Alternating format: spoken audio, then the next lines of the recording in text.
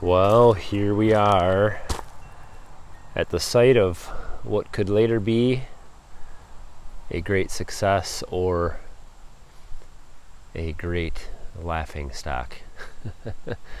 We'll see. These two oak trees, one very much alive and one very much dead, both need to come down, and they are very close to the house. They are very close to our driveway and other things. I guess the only thing over here that really matters is this little light pole, if that gets hit. So this will be the future site of our new wood boiler. You can see where the pipes come up right there in the ground. It's going to go right in this area, and obviously we can't have a smokestack burning through all these leaves, and we need to get this dead one down. And so I was afraid to try to cut it down, because I felt it's going to roll off of this one and ended up coming this way. So I thought, why don't I cut both these down and get them both out of the way completely? And we need more firewood anyway, right? So the plan is this. The live one comes down first. It is, well, there's all these trees over here. So I really need to try to drop it right in this general direction where it's got a bit of it's got to get momentum so it can break through some of these branches. I don't want it to get hung up anywhere. And then once this one is out of the way, then we can deal with this more dead tree. It's very dead.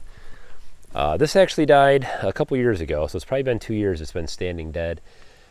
And it had some kind of worms or something like that. You can see woodpeckers have gotten at it, and there's a lot of danger with this one. I got to be really careful. This cutting dead trees down like this can be quite a mess. I have the potential of branches, dead branches, or even the whole top half of the tree. When the vibration of the chainsaw starts cutting through this thing, that whole thing could fall off on my head. So there's that challenge.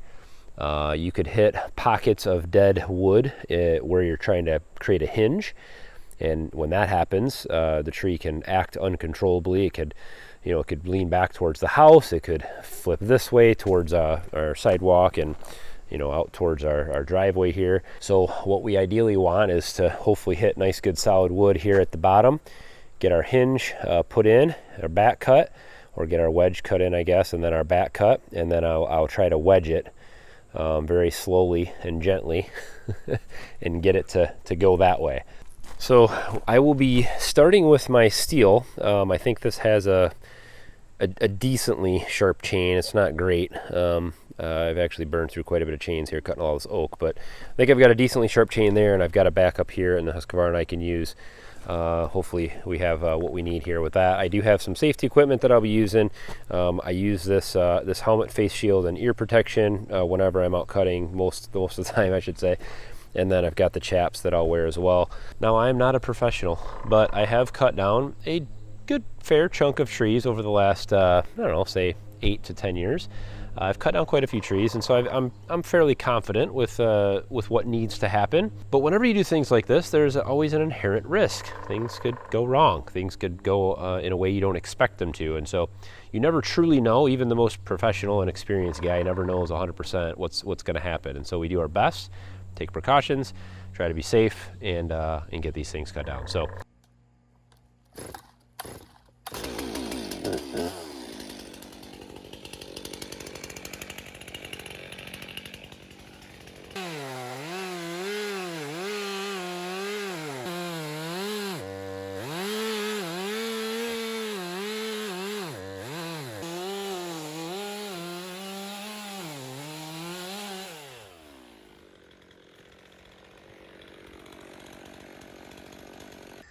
So I just got the wedge cut out and the whole center of this thing is completely hollowed out. I don't know how far back it goes. It looks like pretty far, but hopefully I have enough good wood on the sides to create the hinge still. So I'll probably cut my back cut. I'll probably cut my back cut up quite high to make sure we get a good chunk of wood on each side that has a hinge still.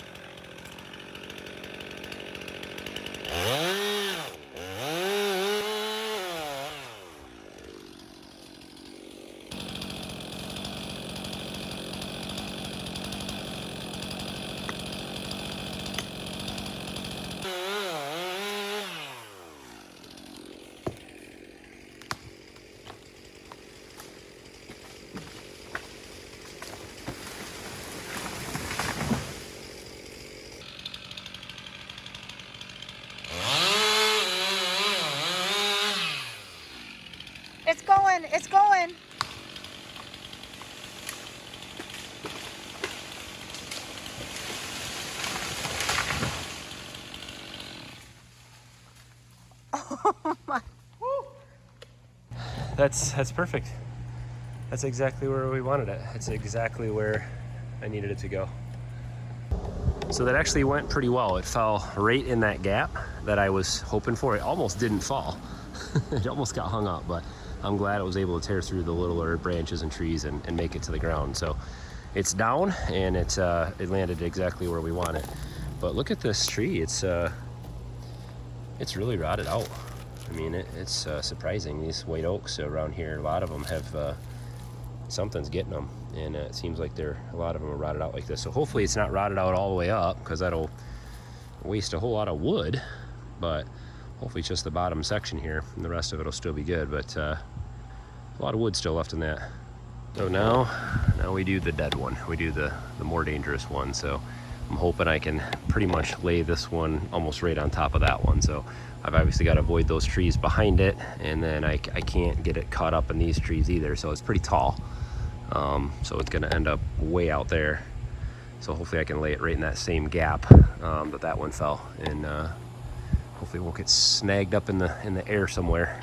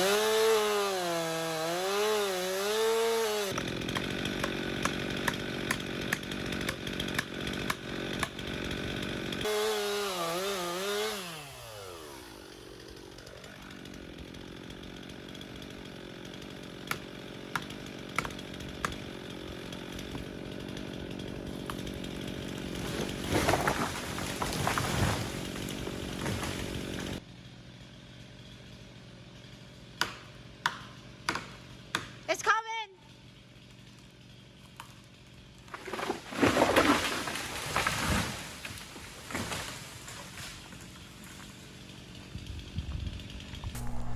Well, that's actually the easy part, getting these cut down. So they ended up being fairly accurate fells. This one here, I don't know if you can see, I had kind of a mark in the ground I just made with my boot and kind of where I wanted it to go, and it was pretty close. I was kind of aiming a little bit further that way, but that's pretty close. And it fit the gap. This is the gap I was aiming for, and that's where it went. So that worked out pretty well.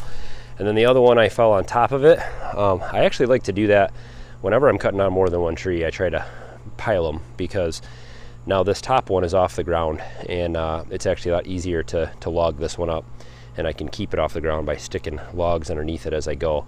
So it keeps my chain out of the dirt. So man, this thing really took some work to cut.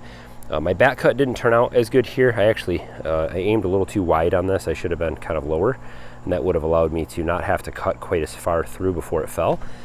It did have quite a bit of back pressure on it, so I did use my wedges to relieve that back pressure to actually eventually get it to fall. But this has been standing dead for a few years, and it's pretty dry. And these dry oaks are actually harder to cut. The wood is actually denser than the green.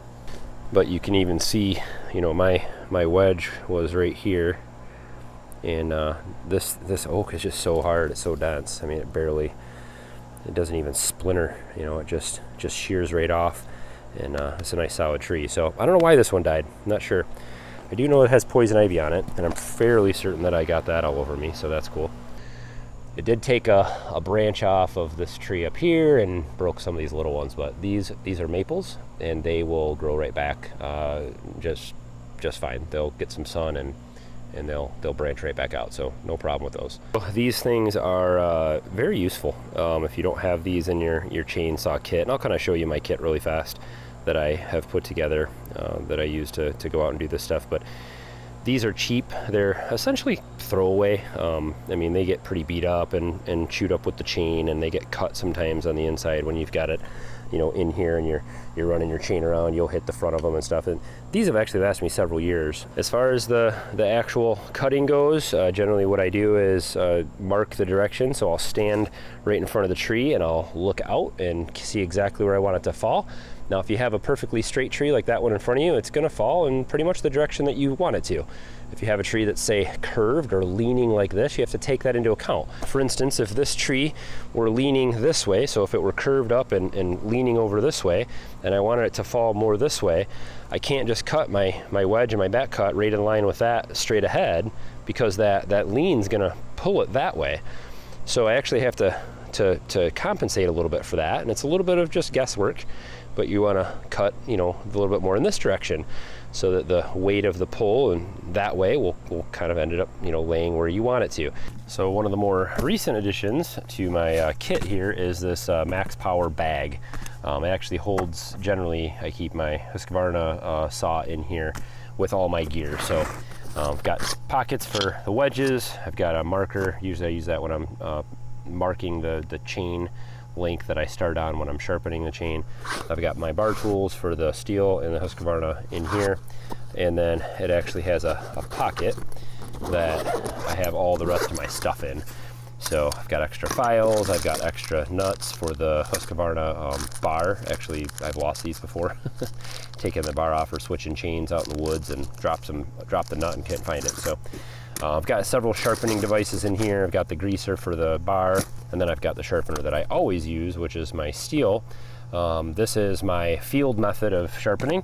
I've got a couple other methods that I use in the shop, but this is what I use out in the field. If I'm doing a lot of cutting like this, a lot of times I'll take a couple days beforehand, rainy days, things like that, and spend time in the shop, and I'll sharpen a chain for this saw, and then a sharpened chain for this saw. And that way I'll run a couple tanks of gas through one, and I'll set it aside. I'll get the other saw out and just keep on cutting.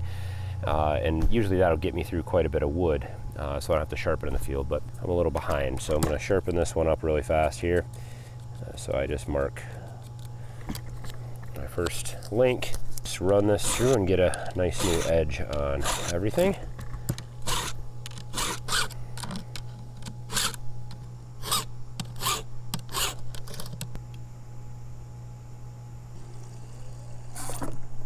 Ready for more cutting.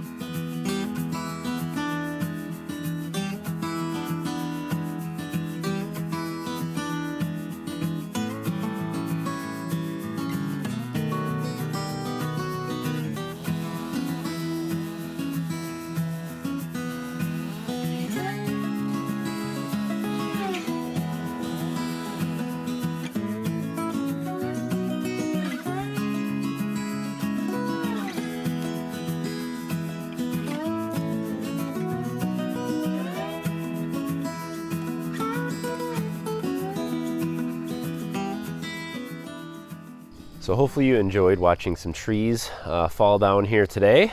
No major injuries, nothing got destroyed. I know that would have been more fun for the video, but I'm glad those things didn't happen anyway. So hopefully I didn't let anyone down, but if you have questions, comments, suggestions, other things that you would have done differently from those of you experienced guys out there, I'd love to hear from you no matter what.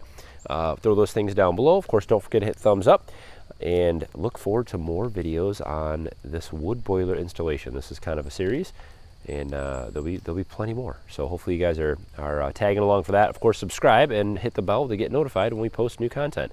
If you'd like to tag along, we'd love to have you. So as always, guys, thanks for watching. Have a good one.